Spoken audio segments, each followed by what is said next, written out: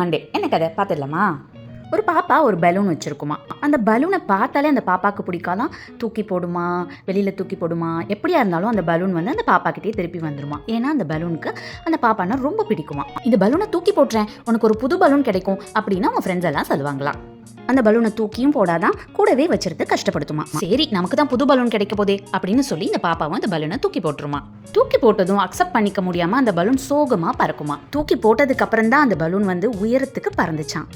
எல்லா குழந்தைங்களும் அதை பார்த்து ரசிச்சாங்களாம், அதை பிடிக்க ஆசைப்பட்டாங்களாம். அப்பதான் அந்த பலூனுக்கு தெரிஞ்சிச்சான் எவ்வளோ பேர் நம்மள விருப்பப்படுறாங்கன்னு தெரிஞ்சிச்சான்.